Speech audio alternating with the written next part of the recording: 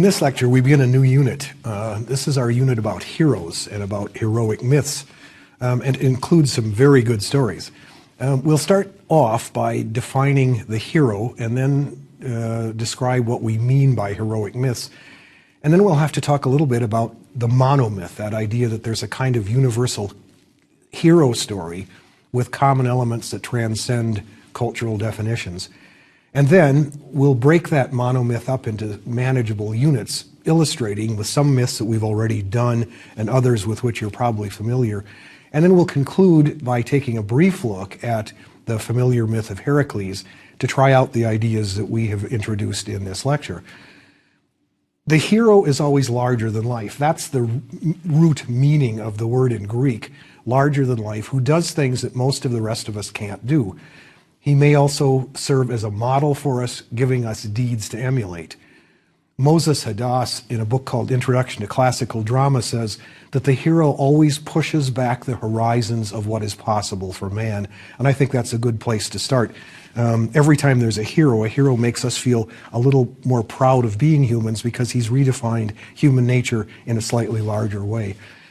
The extraordinary powers that a hero has can be accounted for in various ways in myths. Some of them are literally gods, as Prometheus is, for example, in a Greek myth. Many of them are part god and part human. That is, usually they have one divine and one human parent. Achilles is like this, Aeneas is like this, but so are Jesus and Buddha and quite a few Native American heroes, one divine, one mortal parent. Some heroes are purely human, who still manage to do things that we didn't think were possible. Odysseus in Homer's Odyssey is an example of that kind of hero. In the modern age, we have desacralized the hero. That is, we no longer consider the hero to be part divine. He's no longer sacred, purely human. There are no more divine parents in most of our heroes in our day, but some of our heroes still have some of the superhuman powers of the classical hero. Think of Superman, for example, who has fantastic strength and can fly. All heroes are connected to the cultures from which they arise, making them all, in some ways, culture heroes, an idea we've already encountered before. A culture hero is one who helps to arrange the world in which we live.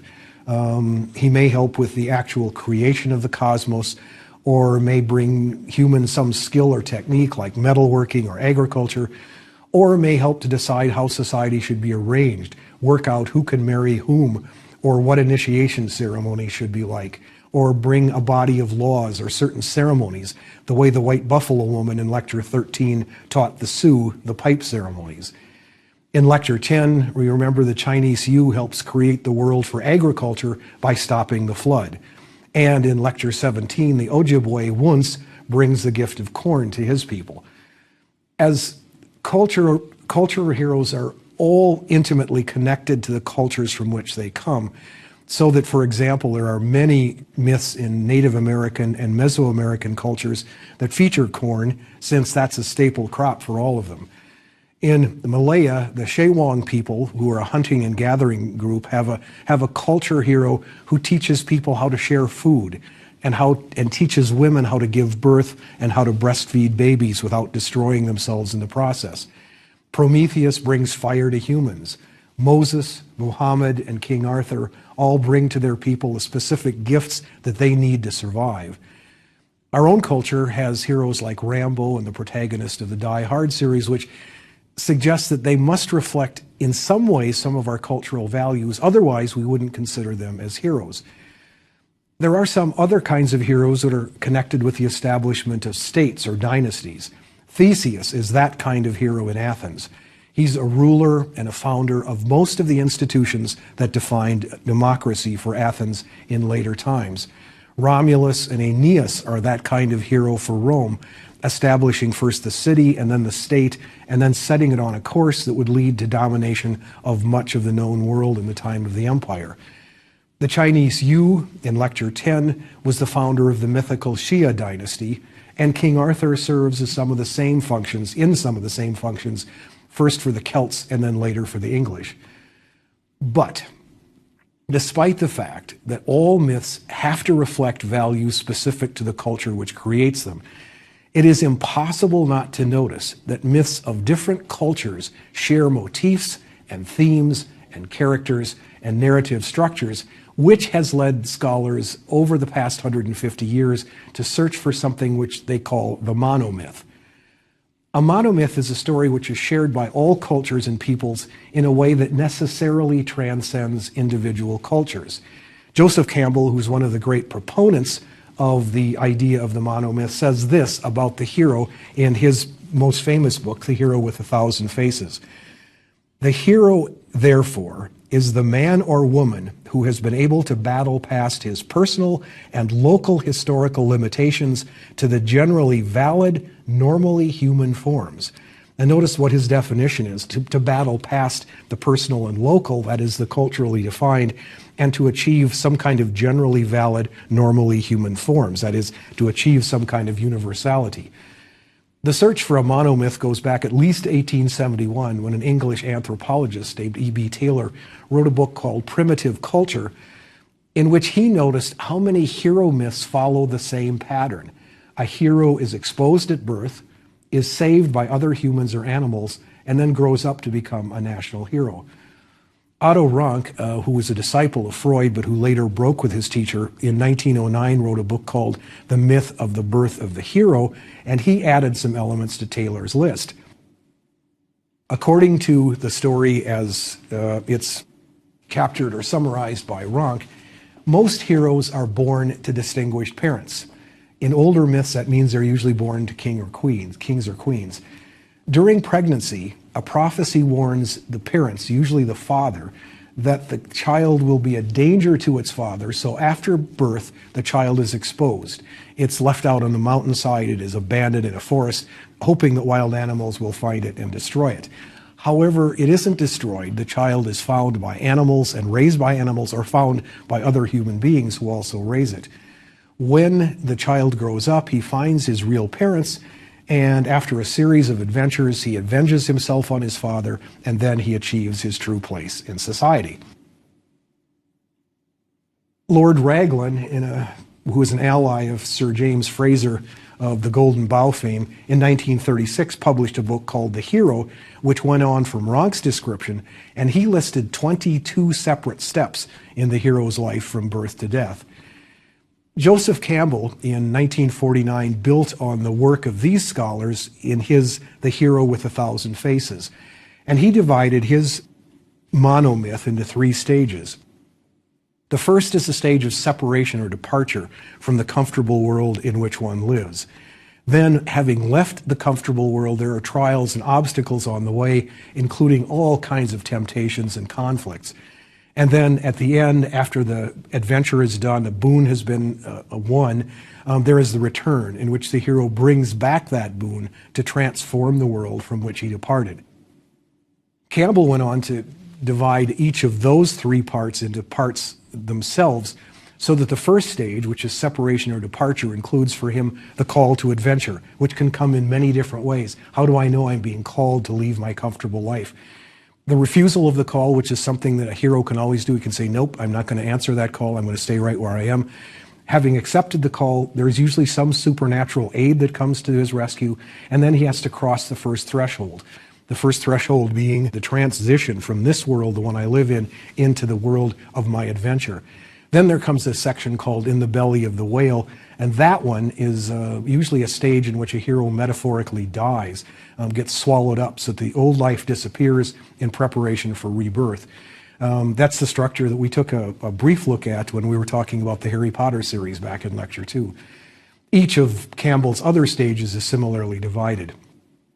Now, not all students of myth agree with Campbell's structure, nor even with the idea that there is such a thing as a monomyth.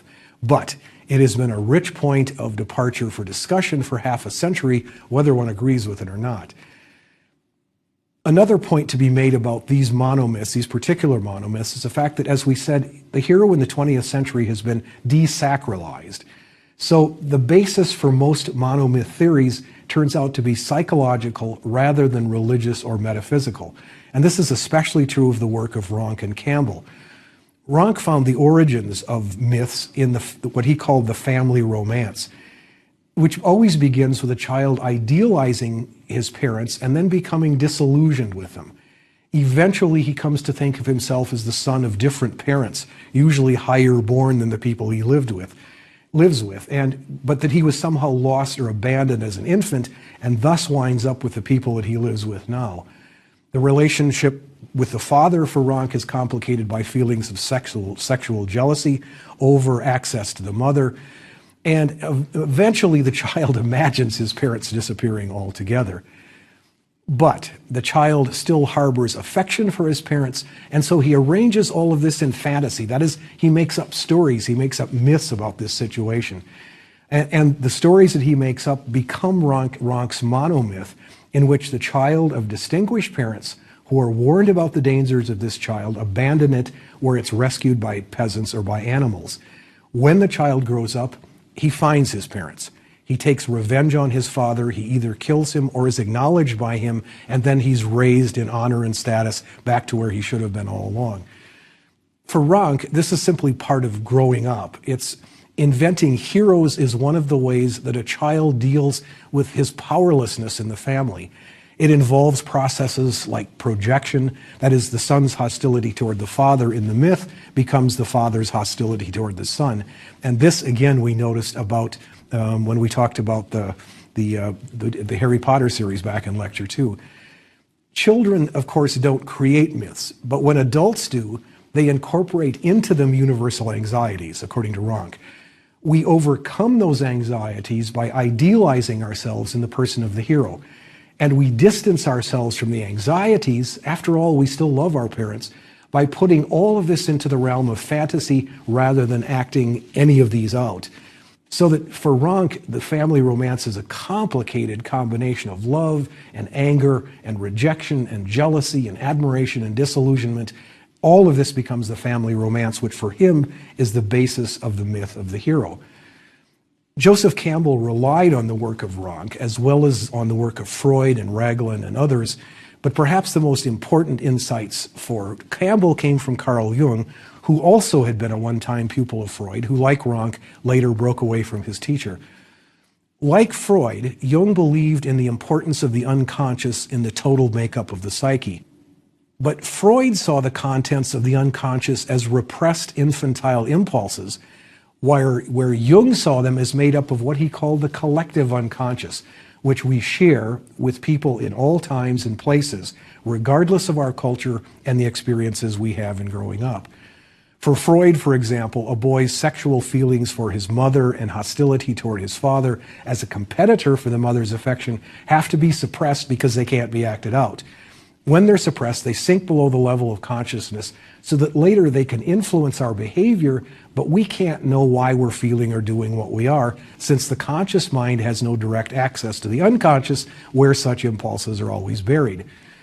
Jung believed in a collective unconscious, which we share with all other human beings. That is, for Jung, the contents of the unconscious are not simply personal. Other critics have said about Jung's theory of the unconscious that it can be compared to our capacity for language. No child is born able to speak any language, but we're all born with the capacity to learn one. It's a kind of hardwiring that allows us to speak and understand speech. Whether we learn Chinese or Norwegian or English depends on the culture into which we're born. But there does seem to be a kind of shared structure of language which allows us to learn one, and maybe even more than one, and to be able to translate from one to the other. For Jung, the corresponding faculty in the human mind for myth-making he called the archetypes, which he said are common to psychic activity in every culture in history. They manifest themselves in different ways in different cultures, just as the language we learn depends on which culture we're born into. But if we compare them from culture to culture, we get the same kind of structure that we do for language. So we can talk about, Jung says, about a collective or shared or universal unconsciousness. For Jung, dreams are a manifestation of a culture's unconscious, and so dreams and myths overlap to a great extent. For him, myths are collective dreams, and dreams are an individual's myths. And that accounts for the possibility of a monomyth because it's all one grand story, of which every myth is simply a culturally deflected version. Now, Campbell wasn't a Jungian per se, but he made use of the theory of the collective unconscious to buttress his ideas of the monomyth. For Campbell, every myth is a cultural mask worn by the universal human psyche, a manifestation of Jungian archetypes. Another implication of Jung's theory for Campbell is that the journey taken by the hero is not a geographic or literal one, but it's rather a psychological journey. It's a quest not into the world out there, but into the world in here, specifically a quest into one's own unconscious. It's in the unconscious, Campbell says, that we meet the dragons and demons that we have to fight and slay. We meet the goddess and we have to become reconciled with our Father. All of this is an internal thing. It happens within ourselves. The boon that one brings back from a Campbell quest is an enhanced awareness of oneself, making life richer, and also we bring back an enhanced understanding of how all psyches work so that we can bring back enlightenment both for the individual and for the community. If you're interested in some good introductory material on this, and of course this material is far richer than I'm presenting it here, there's a really good couple of chapters in a book by Eva Thury and Margaret Deviney called Introduction to Mythology. If you look up the chapters on Freud and Rank and Jung and Campbell, there's a lot of really good information and good bibliographies as well. We should note in passing that not only is the monomyth itself seriously contested by some scholars, but so is the modern psychological orientation of the theory. Now, we've had occasion to cite Mircea Eliade frequently during this course. We will have occasion to cite him again. He has argued throughout his long career that myths should be understood as religious, not as psychological experience. Myths tell us, he says, how humans have apprehended the divine through history, not how the human psyche works. That's a dissenting view and a very powerful one, which needs to be at least mentioned. But back to the monomyth.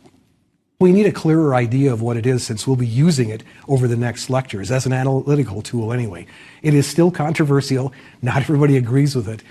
So after we finish our unit, you can decide for yourself whether you think it works or whether it even exists. But it is a great analytical tool. One other item before we launch into that, and that is in this and in subsequent lectures, we'll be treating the monomythic protagonist as male. And that's because most of our heroic myths come from patriarchal cultures. That fact was tempered a little bit by Jungians, for whom part of the unconscious of every male is his anima, his female side, while part of the unconscious of every female is the animus, her masculine side. So that for whichever gender, exploring one's own unconscious means in part getting in touch with a part of oneself that is the opposite gender.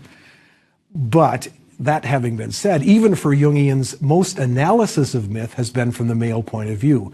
The hero is almost always male, and women serve as helpers, as guides, as temptresses, or as the goals of a hero's quest.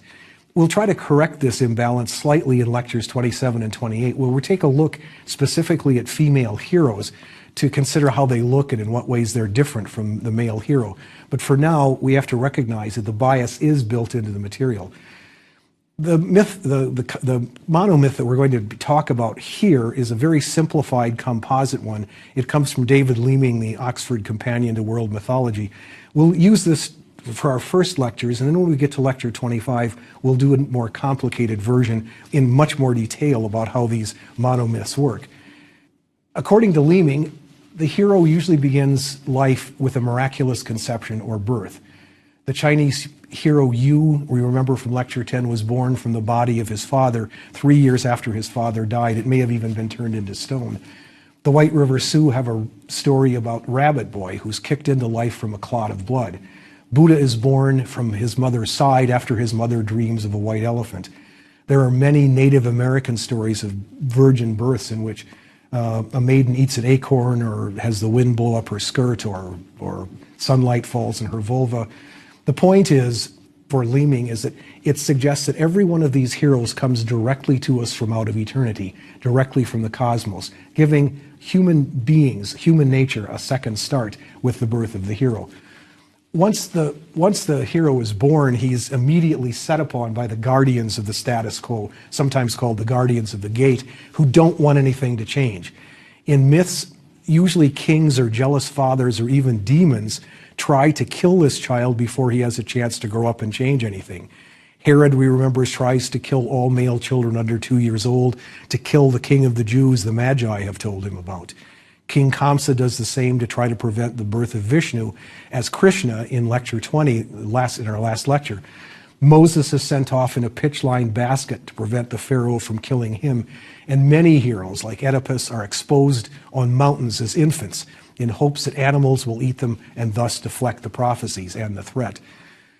The child proves that he's extraordinary even as a child, and most hero myths have adventures of extraordinary things that children do. Krishna, in his last, in the incarnation we talked about last time, is set upon as a young man by many, many demons. One anoints her nipples with poison and then suckles him, trying to kill him. He sucks her dry and then destroys her without harming himself, suffering any harm. The boy who will become King Arthur pulls a sword out of the stone when he's about 15 years old. Theseus, as a child, removes a covering from his father's shoes and sword, proving that he is the son of King Aegeus.